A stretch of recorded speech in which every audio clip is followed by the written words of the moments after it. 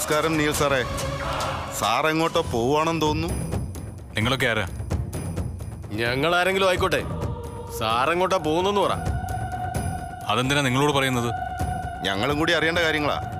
Sir മരുന്ന് മേടിക്കാൻ വേണമെങ്കിൽ പൊയ്ക്കോ, അതനുവദിക്കാം. അതല്ല, ഇന്ന് നടക്കുന്ന കല്യാണത്തിന് പോകാനാണ് പരിപാടിയെങ്കിൽ ഞങ്ങളത് അനുവദിക്കില്ല. കല്യാണത്തിന് പോകാൻ അനുവദിക്കില്ലേ? എനിക്ക് നിങ്ങളുടെ ആരുടെ അനുവാദമൊന്നും വേണ്ട. മാറിക്കടാ. ഇതുവരെ ഞങ്ങൾ സംസാരിച്ചത് മാന്യമായ രീതിയിലാണ്. അത് മാറ്റാൻ നിർബന്ധിക്കരുത്. നിങ്ങളെ ആരെയും ഇവിടെ നിന്ന് വിടരുതെന്ന് ഞങ്ങൾക്ക് ഓർഡറുണ്ട്. അതുകൊണ്ടാണ് ഞങ്ങൾ വന്നത്. ഞങ്ങൾ ഞങ്ങളുടെ പണിയാ ചെയ്യുന്നത്. സഹകരിക്കണം. ആരാണാവോ നിങ്ങൾ ഇങ്ങോട്ട് അയച്ചത്? അതൊന്നും തൽക്കാലം പറയാൻ പറ്റില്ല. നിങ്ങൾ ഇവിടെ നിന്ന് പുറത്തിറങ്ങാൻ ഞങ്ങൾ സമ്മതിക്കില്ല. അത്ര മാത്രം മനസ്സിലാക്കിയാൽ മതി. നിങ്ങൾ ഈ കാണിക്കുന്നത് തോന്നിവാസാ. എന്റെ സഹോദരിയുടെ കല്യാണത്തിന് പോകരുതെന്ന് പറയാൻ നിങ്ങൾക്കെന്നല്ല ഒരാൾക്കും അധികാരമില്ല. ദയവ് ചെയ്ത് നിങ്ങൾ പോണം. എനിക്ക് കല്യാണ മണ്ഡപത്തിൽ എത്താനുള്ളതാ. വേദയായിട്ടാ ഇവരെ ഇങ്ങോട്ട് അയച്ചത്. നമ്മൾ എന്ത് വന്നാലും പങ്കെടുക്കൂന്ന് അവക്ക് തോന്നിക്കാണും. അത് തടയാനുള്ള പുറപ്പാടാ. നിങ്ങൾക്ക് ബുദ്ധിയുണ്ട്. ഇപ്പൊ മനസ്സിലായല്ലോ ഞങ്ങൾ നിരപരാധികളാണെന്ന്. അതുകൊണ്ട് ബഹളമൊന്നും ഉണ്ടാക്കാതെ ശാന്തരായിട്ടിരിക്കും. കല്യാണം നമുക്ക് വീഡിയോയിൽ കാണാം. നിങ്ങൾ എന്തൊക്കെയാ പറയുന്നത്? പോകാൻ പറഞ്ഞത് കേട്ടില്ലേ? അകത്ത് പോ. പോകത്ത്.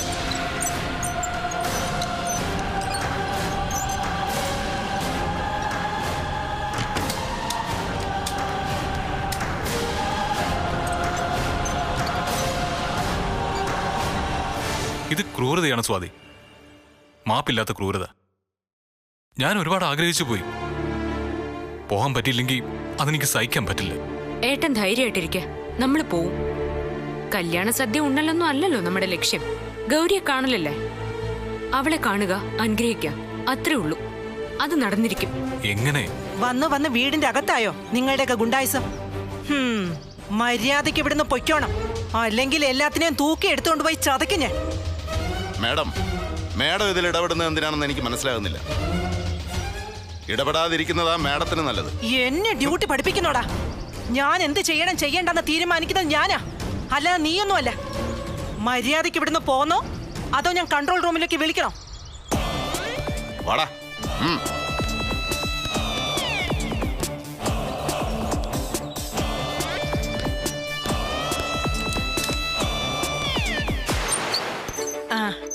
ഞാൻ വൈകിയില്ലല്ലോ.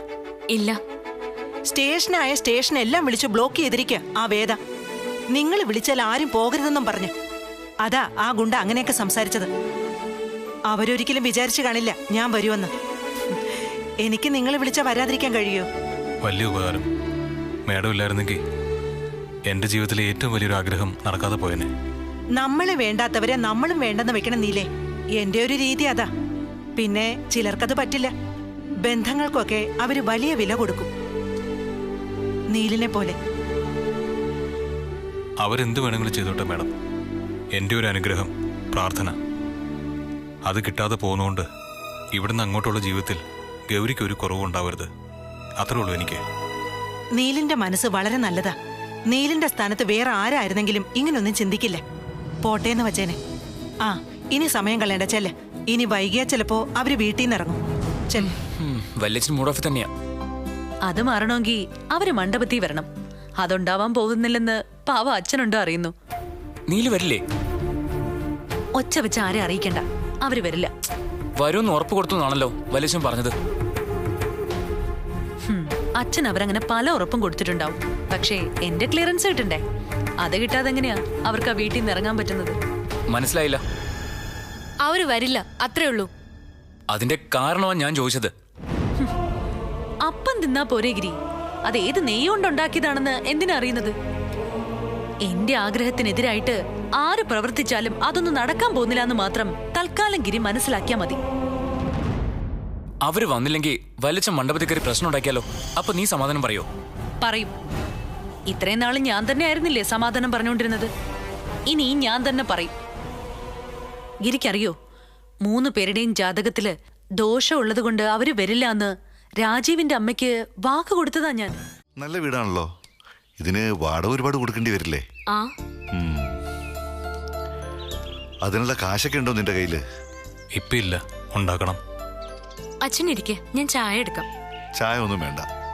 ഞാൻ വേറൊരു സാധനം കൊണ്ടാ വന്നിരിക്കുന്നത്. അത് നമുക്ക് 3 പേർക്കും കൂടെ ഇരുന്ന് കഴിക്കാം. എന്താന്ന് മനസ്സിലായോ? ഇതിനകത്ത് ഗൗരിയുടെ കല്യാണത്തിന്റെ സദ്യ. ഞാൻ സദ്യ കഴിക്കാൻ ഇരുന്നില്ല, പൊതിഞ്ഞെടുക്കാൻ പറഞ്ഞു.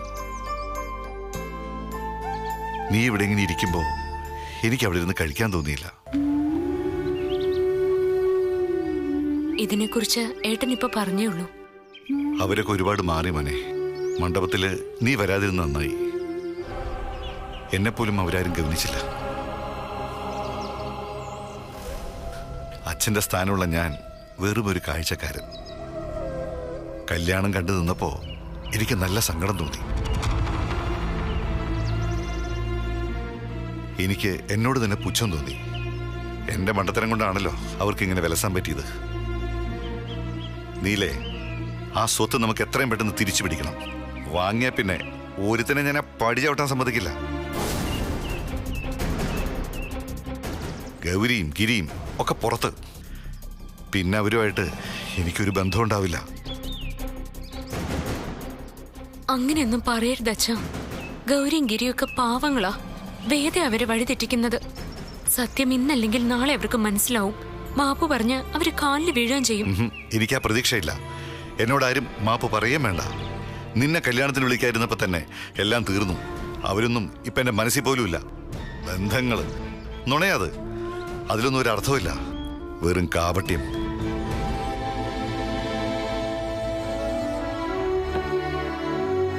അങ്ങനെ ആ ജോലി കഴിഞ്ഞു. ഇനി പറ, എങ്ങനെയുണ്ട് എന്റെ വീട്? ഇഷ്ടപ്പെട്ടോ? ഇഷ്ടപ്പെട്ടു. പക്ഷേ അമ്മ ഒരു പാവ. എന്തുണ്ടെങ്കിലും മുഖത്ത് നോക്കി പറയും. അതൊഴിച്ചാ മനസ്സ് ശുദ്ധ. എന്നൊന്നും എനിക്ക് തോന്നുന്നില്ല. അറിയാലോ രാജീവേ, ഇതിവിടം വരെ എത്തിക്കാൻ എന്റെ വീട്ടുകാരെ പെട്ട പാട്. പറഞ്ഞ തുക കൊടുത്തില്ലായിരുന്നെങ്കിൽ ഈ കല്യാണം നടക്കുമായിരുന്നെന്ന് രാജീവിന് തോന്നുന്നുണ്ടോ? അത് നിങ്ങൾ വാക്ക് പറഞ്ഞതല്ലേ. അതുകൊണ്ടാ അച്ഛൻ വേണമെന്ന് വാശി പിടിച്ച്. എന്നാലും അവസ്ഥയും കൂടെ നോക്കണ്ടേ രാജീവ്? ആ, അത് ശരിയാ. രാജീവ് പോലെ എന്റെ ഒപ്പം നിന്നില്ല. അതാ എന്റെ സങ്കടം. എന്നാര് പറഞ്ഞു? ഞാൻ ഇവിടെ എനിക്ക് കഴിയാവുന്നതിന്റെ പരമാവധി പ്രശ്നം ഉണ്ടാക്കി. എന്റെയും കൂടി നിർബന്ധം സഹിക്കാണ്ടായപ്പോഴാ കല്യാണം നടത്താൻ തീരുമാനിച്ചേ. എന്തായാലും ഇനി അങ്ങോട്ടുള്ള ജീവിതത്തില് ഇങ്ങനൊന്നും സംഭവിക്കരുത്. എന്തിനും ഇതിനും രാജീവിന്റെ ഒപ്പം ഉണ്ടാവണം. അതിലൊന്നും ഒരു സംശയവും വേണ്ട. എന്നൊക്കെ ഇപ്പൊ പറയും. എന്നിട്ട് നാളൊരു പ്രശ്നം ഉണ്ടായാ എന്നെ കൈയൊഴിയുകയും ചെയ്യും. അതിന് പ്രശ്നം ഉണ്ടാവാൻ പോകുന്നില്ലല്ലോ. ഉണ്ടായുള്ള കാര്യം ഞാനിപ്പോ പറഞ്ഞത്. അതപ്പോ നോക്കിയാ പോരെ. എന്നോ വരാനിരിക്കുന്ന ഒരു സംഗതിയെ ചൊല്ലി ഇന്നത്തെ മൂഡ് കളയണോ?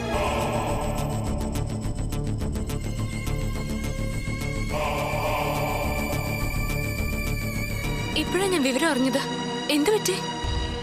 എന്തു പറ്റാൻ? അവന്മാരെന്നെ ശരിക്കു പെരുമാറി. ദോഷം പറയതല്ലോ, പുറത്ത് പരുക്ക് വരാത്ത വിധത്തിലാ തല്ലിയത്. ആരാ ചെയ്തത്? അവര് തന്നെ. അന്ന് നിങ്ങളെ ബന്ദികളാക്കിയില്ലേ അവര്. സ്വാതിയെ ഞാനൊന്ന് സഹായിച്ചില്ലേ, അതിന്റെ ദേഷ്യം തീർത്തതാ. അതവരുടെ നാശത്തിനാ. ഒരു പോലീസുകാരെ ഉപദ്രവിച്ചിട്ട് അവർക്ക് ഈ നാട്ടിൽ കഴിയാൻ പറ്റുമോ? ഇപ്പൊ തന്നെ അവരെ പിടിച്ചു കാണും അല്ലേ? സ്വാതി എന്താ ഈ പറയുന്നേ? നിങ്ങൾ പുറത്തുനിന്ന് കാണുന്ന ഗ്ലാമറൊന്നും അകത്ത് ഈ ജോലിക്കില്ല. എന്നെ ഗുണ്ടകൾ ആക്രമിച്ചു എന്ന് പറഞ്ഞ് വേണമെങ്കിൽ എനിക്കൊരു പരാതി കൊടുക്കാം. പോലീസ് അവരെ പൊക്കുകയും ചെയ്യും. പക്ഷേ അതുകൊണ്ടുള്ള പ്രശ്നം എന്താണെന്നറിയോ? ഡിപ്പാർട്ട്മെന്റിലുള്ള എന്റെ വില പോവും. ഞാനൊരു നോട്ടപ്പുള്ളിയാവും. ഗുണ്ടകൾ പെരുമാറിയ പോലീസുകാരി എന്ന് സാധാരണ പോലീസുകാരെന്നെ പരിഹസിക്കും. അങ്ങനൊരു നാണക്കേട് താങ്ങാൻ എനിക്ക് പറ്റില്ല സ്വാതി. അതിലും ഭേദം വല്ല നുണയും പറഞ്ഞ് വെറുതെ ഇരിക്കുന്നതാ. എന്നാ മാഡത്തിന് തന്നെ പോയി അവരെ പിടിച്ചൂടെ? എവിടുന്ന് പിടിക്കാനാ? അതിന് അവർക്കെതിരെ വല്ല പരാതിയും വേണ്ടേ? കഴിയുന്നതും രാജുവിന്റെ വീട്ടുകാരുമായിട്ട് പ്രശ്നങ്ങളൊന്നും ഉണ്ടാക്കാതെ പോകുന്നതാ നിനക്ക് നല്ലത്. എത്രയൊക്കെ വന്നാലും അത് സ്വന്തം ഭർത്താവിന്റെ വീടല്ലേ. ഭർത്താവിന്റെ അമ്മയെന്ന് പറയുമ്പോ പെൺകുട്ടികൾക്ക് സ്വന്തം അമ്മയെ പോലെ തന്നെയാ. വേദ, ഗിരിയില് ആ സ്വാതിയുടെ പ്രേതം കയറിയോ? ഭയങ്കര ഉപദേശം. ചിലപ്പോ കേറി കാണും. എനിക്കും ചില നേരത്ത് അങ്ങനെ തോന്നാറുണ്ട്.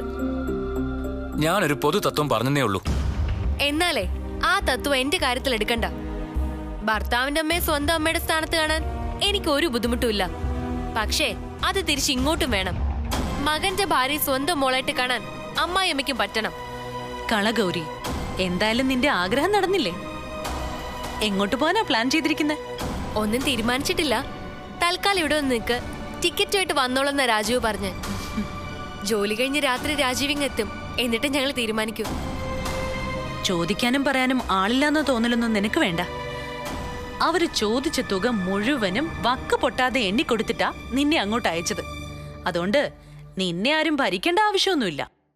അതിന് അനുവദിക്കാനും പാടില്ല. നല്ല ബെസ്റ്റ് ഉപദേശം.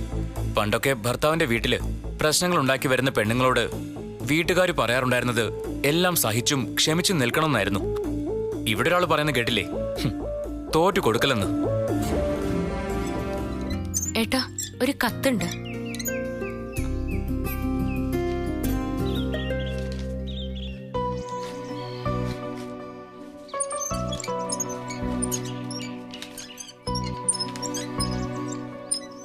ആ, LIC എന്നാ.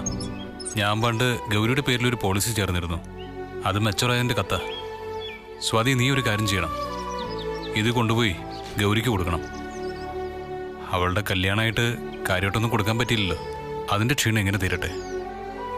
ഇതും കൊണ്ട് ചെന്നാ അവളെന്നെ ഓടിക്കോ? കേറി വരുന്ന മഹാലക്ഷ്മിയെ പുറങ്കാലി കൊണ്ട് തൊഴിക്കുന്ന കൂട്ടത്തില അവള്. ഏയ്, ഇതവള് വാങ്ങും. കാശ് ഞാൻ അടച്ചെങ്കിലും അവളുടെ പേരിലാണ് ചേർന്നിരുന്നത്. അല്ലായിരുന്നെങ്കിൽ ഞാനിത് അവൾക്ക് കൊടുക്കില്ലായിരുന്നു. ഇത് അവൾക്കേ മാറാൻ പറ്റൂ. എങ്ങോട്ടേക്ക് കയറി പോണത്? ഗൗരി. ആര്? ഗൗരി. ഗൗരി? ആ വൃത്തികെട്ടവൾ ഇവിടെ ഇല്ല. എവിടെ പോയി? കറങ്ങാൻ പോയി. ട്രിപ്പ്. അഹങ്കാരി. അവൾ ഒരിക്കലും കൂടെ പിടിക്കില്ല. അവള് തെറ്റ് ചെയ്തതിനെ ഇവളോട് ദേഷ്യപ്പെട്ട് എന്താ പ്രയോജനം? തെറ്റ് ചെയ്തത് അവളല്ലേ? ഇവളും ചെയ്തിട്ടുണ്ട്. അതെ, സത്യം പറയാലോ, ഇവളുടെ അന്നത്തെ പെരുമാറ്റം കൊണ്ട് ഗൗരിയെ അവനെ കൊണ്ട് കെട്ടിക്കാൻ ഞാൻ തീരുമാനിച്ചത്. ഇവളുടെ നയവും വർത്താനവും ഒക്കെ എനിക്കങ്ങ് ഇഷ്ടപ്പെട്ട്. പക്ഷെ അവളും ആ ഗൗരി, അവൾ ഈ വീട്ടിൽ വാഴത്തിൽ എന്റെ പൊന്നുമോളെ. ഒന്നുകിൽ ഞാൻ അവളെ അടിച്ച് പുറത്താക്കും, അല്ലെങ്കിൽ അവൾ എന്നെ അടിച്ച് പുറത്താക്കും. ഇതിൽ രണ്ടിലൊന്ന് എന്തായാലും അടുത്ത് തന്നെ സംഭവിക്കും. പ്രശ്നം രണ്ടുപേരുടെയും ഭാഗത്തുണ്ട്. കൂടുതൽ അവളുടെ ഭാഗത്താണെന്ന് മാത്രം. പുതുപ്പെണ്ണല്ലേ, പോരപ്പുറം തൂക്കാനെന്ന് ഇവിടെ ആരും പറഞ്ഞിട്ടില്ല.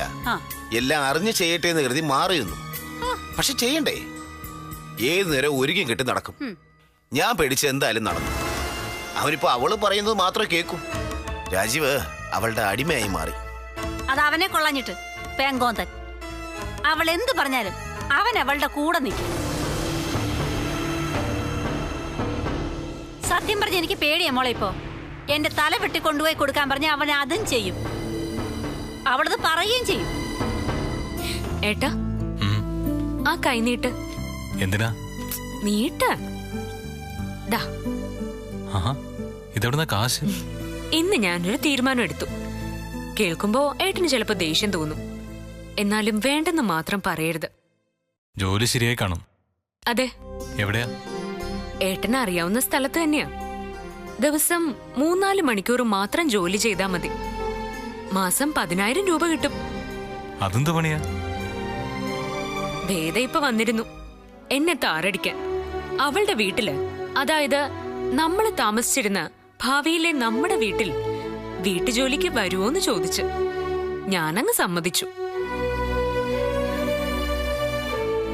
ഞാൻ പറയുന്നത് മുഴുവൻ കേക്കേട്ടാ. വേണ്ട, ഒന്നും കേൾക്കണ്ട. കേട്ടിടത്തോളം തൃപ്തിയായി. വീട്ടുജോലി നാണമില്ലല്ലോ നിനക്ക്. നിന്നെ വീട്ടുജോലിക്ക് വിടാനാണോ ഞാൻ കല്യാണം കഴിച്ചത്? എടി, നീ എന്റെ ഭാര്യയാ. സമ്മതം പറയുന്നതിന് മുമ്പ് അതുപോലെ ഓർത്തില്ലല്ലോ നീ. ഇതിലും ഭേദം എന്നെ കൊല്ലുന്നായിരുന്നു സ്വാതി. ഞാൻ നിനക്കൊരു ഭാരമാണെങ്കിൽ വല്ല വിഷവും വാങ്ങിച്ചതാ.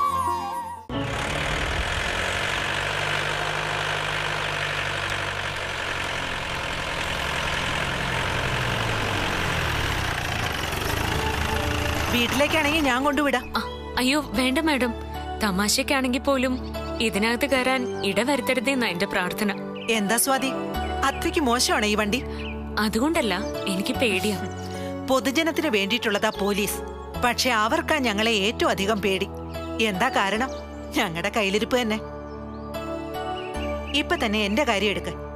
നാട് മുഴുവൻ വിറപ്പിച്ചൊരു പിടികിട്ടാ പുള്ളി. അവൻ ഈ സ്റ്റേഷൻ അതിർത്തിയിലാ താമസിക്കുന്നത്. രഹസ്യമായി കിട്ടിയ ഇൻഫർമേഷനാ. മോളിലേക്ക് വിളിച്ചു പറഞ്ഞപ്പോഴേ ആർക്കും ഒരു താല്പര്യവുമില്ല. വേണമെങ്കിൽ ഞാൻ പിടിച്ചോട്ടെ എന്നുള്ള മട്ടില. പിടിക്കണം മാഡം, അതല്ലേ ചെയ്യേണ്ടത്. ആഗ്രഹം ഇല്ലാഞ്ഞിട്ടാണോ? ധൈര്യം കിട്ടണ്ടേ? ഭയങ്കര ക്രിമിനലാ കക്ഷി.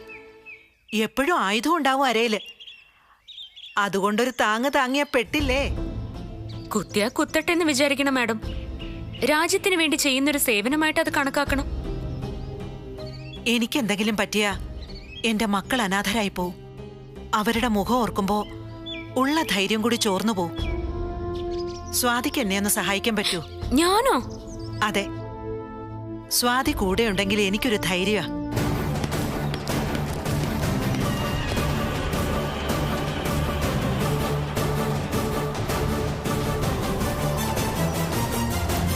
സ്വാതി ഈ വഴി പോ, ഞാൻ അതുവഴി വരാം.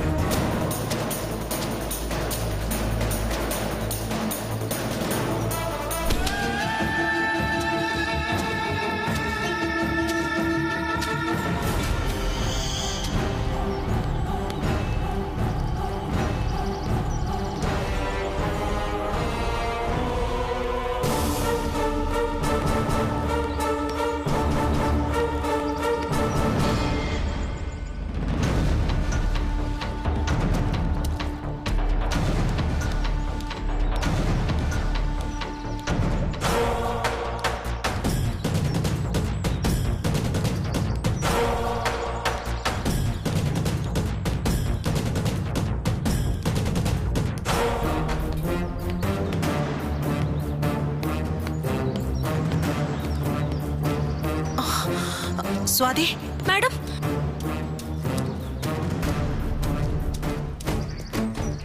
മാഡം അയാളെ ഇവിടെയൊന്നും കാണാനില്ല. വാ.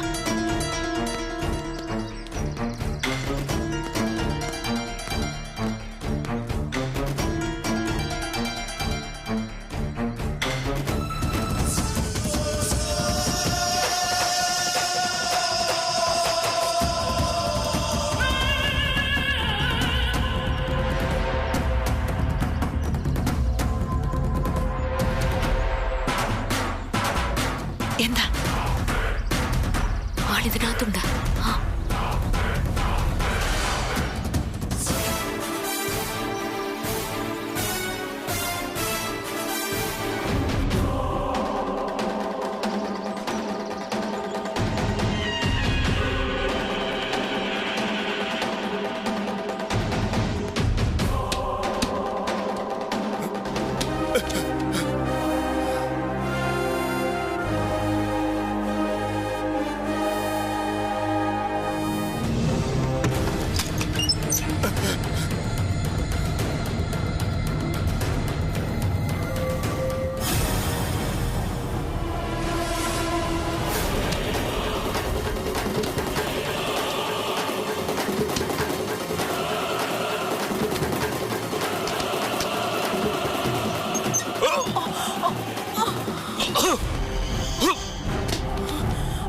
മാഡം പിടിക്കവനെ.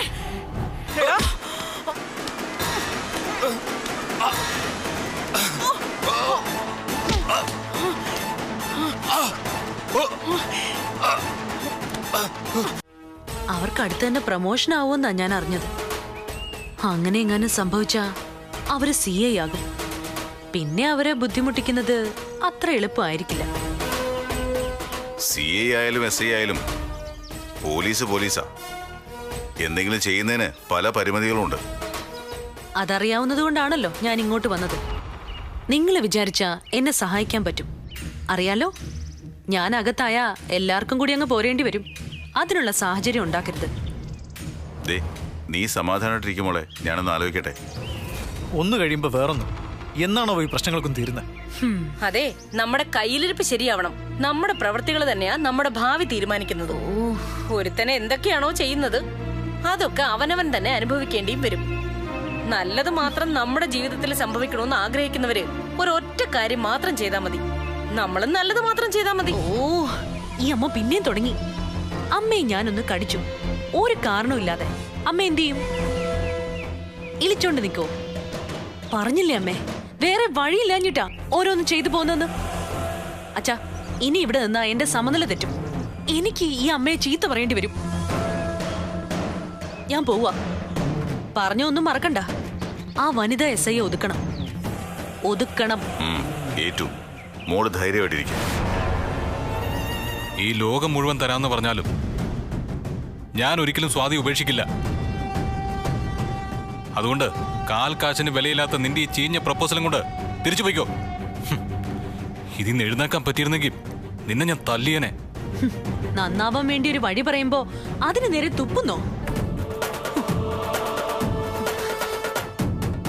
എന്നാ കേട്ടോ, സ്വാതിക്ക് വേണ്ടി നീല നഷ്ടപ്പെടുത്താൻ പോകുന്നത് ജീവിതത്തിലെ ഏറ്റവും വലിയ സുഖങ്ങളായിരിക്കും. അതോർത്ത് ദുഃഖിക്കും എന്നെങ്കിലും. സ്വാതിക്ക് വേണ്ടിയുള്ള ദുഃഖം എനിക്ക് ആനന്ദമായിരിക്കൊടി. അത് ഞാൻ സഹിക്കും സന്തോഷത്തോടെ. ഇറങ്ങി പോടി. ആ തള്ളേ മഹാ കുഴപ്പ. എന്ത് ചെയ്താലും കുറ്റ. ഒരു ദിവസം ആ തള്ളെ ഞാൻ കുളിപ്പിച്ച് കിടത്തും. അവരത്രയ്ക്ക് പ്രശ്നമാണോ? പിന്നല്ലാതെ. ഇപ്പൊ തന്നെ ഞാൻ ഇങ്ങോട്ട് പോകുന്നില്ലേ, ഈ വിവരം അവരറിഞ്ഞെന്ന് വെക്ക. തുടങ്ങും അപ്പൊ തന്നെ. അലപരിക്കുമ്പോ ഞാനും എന്തേലൊക്കെ പറയും. അങ്ങനെ കൊണ്ടും കൊടുത്തൊക്കെ പോകുന്നു. വഴക്കുണ്ടാവുമ്പോ രാജീവ് ആരുടെ കൂടെ ആയിരിക്കും? അവരുടെ കൂടെയോ അതോ നിന്റെ കൂടെയോ? എന്റെ കൂടെയാ. കാരണം എന്റെ ഭാഗത്ത് തെറ്റൊന്നുമില്ലെന്ന് രാജീവിന് നന്നായിട്ട് അറിയാം. അത് നന്നായി. രാജീവിന്റെ ഇഷ്ടം ഒരു കാരണവശാലും നീ കളയരുത്. കൂടെ തന്നെ നിർത്തണം. പിന്നെ ആ തള്ളെ ഒതുക്കാൻ എളുപ്പമായിരിക്കും. അത് തന്നെ എന്റെയും പ്ലാൻ.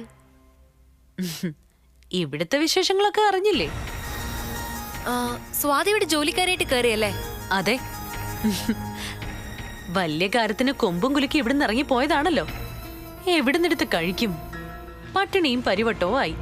അപ്പൊ ജോലിക്കിറങ്ങി. ഒരുപാട് ഡിഗ്രികളൊക്കെ ഉള്ളതുകൊണ്ട് അടുക്കളയെ മാത്രമല്ലേ നിർത്താൻ പറ്റൂ.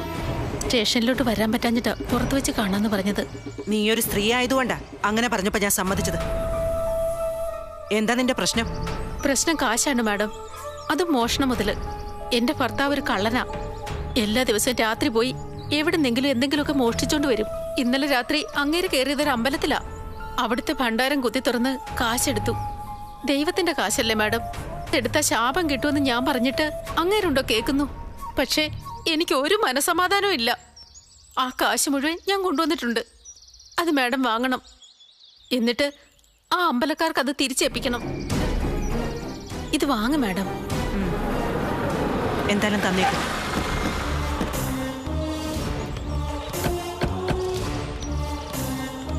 U are under arrest. മനസ്സിലായില്ലല്ലേ? ഞങ്ങൾ വിജിലൻസിന്നാ, ആന്റി കറപ്ഷൻ സ്ക്വാഡ്. ഒരു കേസിന്റെ ആവശ്യത്തിനായി നിങ്ങൾ ഈ സ്ത്രീയുടെ കയ്യിൽ നിന്ന് കൈക്കൂലി ആവശ്യപ്പെട്ട വിവരം ഈ സ്ത്രീ ഞങ്ങളെ അറിയിച്ചിരുന്നു. അതിന്റെ അടിസ്ഥാനത്തിലാണ് ഞങ്ങൾ വന്നത്. അതിങ്ങ് തന്നേക്ക്. ഒപ്പിടാൻ വരട്ടെ. അതിനു മുമ്പ് സത്യം എന്താന്ന് ഇവള് പറയും. പറയടി. മാഡം നിരപരാധിയാണ് സാർ. മനഃപൂർവ്വം മാഡത്തെ കൊടുക്കാൻ വേണ്ടി ഞാൻ തന്ന കള്ളപ്പരാതിയില്ല സാറന്മാര് മാഡത്തെ പിടിച്ചത്. കള്ളപ്പരാതിയോ? അതെ. മാഡം എന്നോട് കൈക്കൂലി ചോദിച്ചിട്ടില്ല. സത്യം പറഞ്ഞ ഞങ്ങൾ തമ്മിൽ മുൻപരിചയം പോലും ഇല്ല. മാഡത്തെ കൈക്കൂലി കേസിൽ പെടുത്തി സസ്പെൻഡ് ചെയ്യിച്ച കുറച്ച് പണം തരാന്ന് പറഞ്ഞു. ആര്? വാസുദേവൻ മുതലാളി.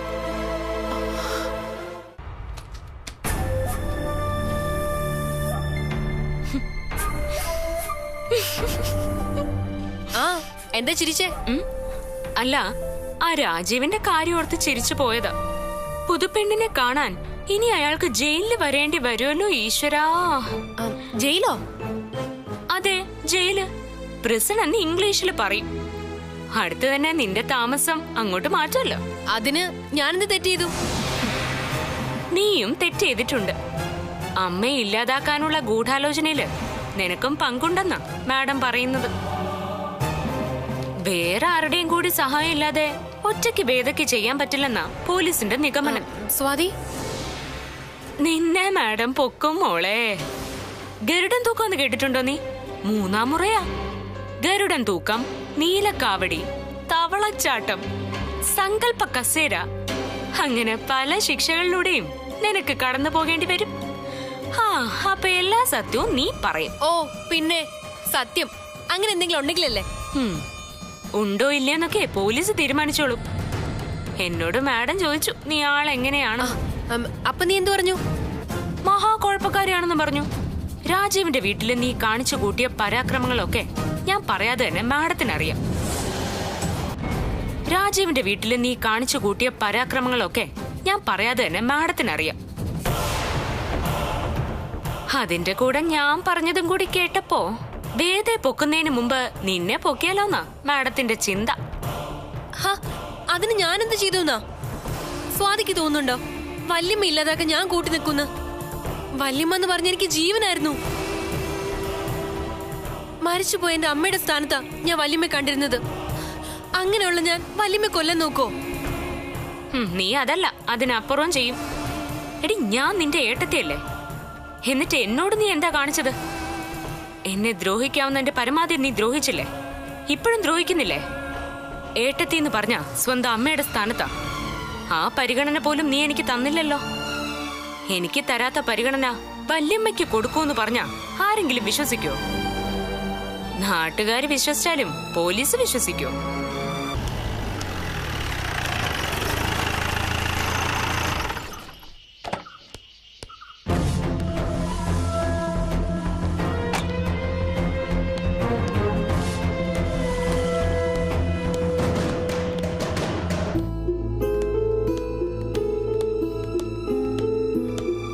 സാർ, മാലതിയെ പരിശോധിച്ച ഡോക്ടർ.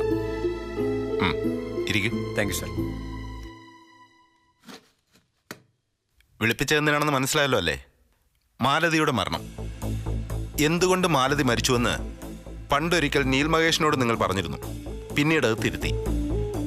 മറ്റാരോ നിങ്ങളെ സ്വാധീനിക്കുകയോ ഭീഷണിപ്പെടുത്തുകയോ ചെയ്തതുകൊണ്ടാണ് നിങ്ങളത് തിരുത്തിയെന്ന് ഞാൻ പറഞ്ഞാൽ നിഷേധിക്കുവോ? എന്നെ ആരും സ്വാധീനിച്ചിട്ടില്ല. എന്നെ ആരും ഭീഷണിപ്പെടുത്തിയിട്ടുമില്ല. പിന്നെ എന്തിനാ മൊഴി മാറ്റി പറഞ്ഞത്? ഞാൻ ഒരു മൊഴി മാറ്റി പറഞ്ഞിട്ടില്ല സാർ. നീൽ മഹേഷ് പറയുന്ന മുഴുവൻ കള്ളമാണ്. നുണ പറയരുത്. നുണയല്ല ഞാൻ പറയുന്നത്. അപ്പൊ നീൽ മഹേഷിനോട് അങ്ങനെയൊന്നും പറഞ്ഞിട്ടില്ല? മാലതി മരുന്ന് മാറി കഴിച്ചെന്നും കാണാൻ പാടില്ലാത്ത ചില മരുന്നുകളുടെ സാന്നിധ്യം മാലതിയുടെ ഉള്ളിൽ കണ്ടെന്നൊന്നും നീ പറഞ്ഞില്ല? ഇല്ല. ഈ മൊഴി നീ മാറ്റില്ലല്ലോ. എന്തിനു മാറ്റണം സാർ? ഒരു ചോദ്യത്തിന് മറുചോദ്യമല്ല. ഇപ്പൊ ഇവിടെ എന്നോട് പറഞ്ഞത് നീ മാറ്റി പറയോ ഇല്ലയോ? ഇല്ല. ഇങ്ങോട്ട് പോടാ. ഇവനെ നിനക്കറിയോ? അറിയോ ഇല്ലയോ? അറിയാം സാർ. എങ്ങനെ അറിയാം? ഒരു പിടിച്ചുപറിക്കാരനായ ഇവനും നീയും തമ്മിൽ എന്താ ബന്ധം? എന്റെ ആശുപത്രി ചികിത്സിക്കാൻ വന്നിട്ടുണ്ട്. എഴുന്നേക്കണം. ഒന്നുകൂടി ഒന്ന് ഓർത്തേ.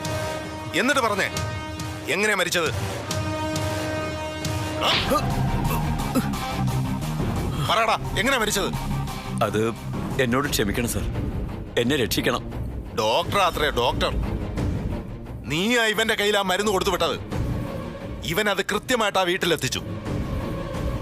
മോഷ്ടിക്കാൻ കയറിയതാണെന്ന് എല്ലാവരും വിശ്വസിച്ച ആ രാത്രി ഇവൻ ചെന്നത് ആ മരുന്ന് മാലതിയുടെ ശരീരത്തിൽ ഇഞ്ചക്ട് ചെയ്യാനായിരുന്നു. ഉറക്കഗുളിക കഴിച്ച് ഗാഢമായ ഉറക്കത്തിലായിരുന്ന മാലതി ഇഞ്ചക്ഷൻ അറിഞ്ഞില്ല. ശരിയല്ലേ? ശരിയാ സാർ. ഒരു കാര്യം കൂടി മാത്രം എനിക്ക് അറിഞ്ഞാൽ മതി. ആരാണ് നിങ്ങളുടെ സ്പോൺസർ? അല്ലെങ്കിൽ ആർക്കു വേണ്ടിയാണ് നിങ്ങൾ ഇതൊക്കെ ചെയ്തത്? ആരാണ് ഉറക്കഗുളിക കൊടുത്ത് ഇവൻ ഇഞ്ചക്ട് ചെയ്യാൻ പാകത്തിൽ മാലതിയെ ഉറക്കിയത്? ഉത്തരം എനിക്ക് അറിയാഞ്ഞിട്ടല്ല, നിങ്ങളുടെ നാവിൽ നിന്ന് തന്നെ എനിക്ക് ആ പേര് കേൾക്കണം. പറ.